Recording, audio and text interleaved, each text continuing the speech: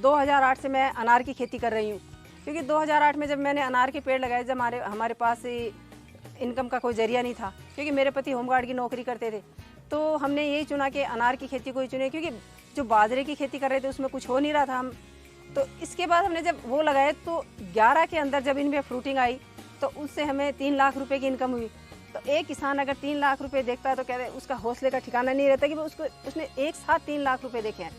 ये सोच करके फिर हमने इसी में, जब मेरे पति होमगार्ड की नौकरी कर रहे थे तो मैंने उनसे यही कहा कि भाई आप जॉब कर रहे हो तो आपको तो 3,000 रुपये सैलरी मिल रही है, और आज अगर हम बाहर से मजदूर लेके आ रहे हैं तो उनको हम आज 8,000 रुपये दे रहे हैं,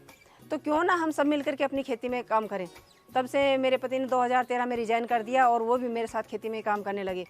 तो मेरे 3 बच्चे थे, 2 लड़की और 1 लड़का, तो वो भी हमारे साथ ही हमारे खेती में सपोर्ट कर रहे थे, क्योंकि हमें रासायन नहीं लेके आए। हम अपने खेत में जैविक तरीके से खाद बनाई, और जो हमारी बंजर भूमि है उनमें आकड़ा धतूरा वो होता है तो हम काट करके लाते हैं और हम अपनी खेती यहीं पर उनकी खाद बनाते हैं, तो वो हम अपने पेड़ों में देते हैं। क्योंकि किसान के पास इतना पैसा नहीं है कि वो बाजार में ले जा करके वो रसायन लेके, किसान की बचत क्या है, किसान अगर वही रसायन में डाल देगा तो उसके पास बचत कुछ भी नहीं रहेगी।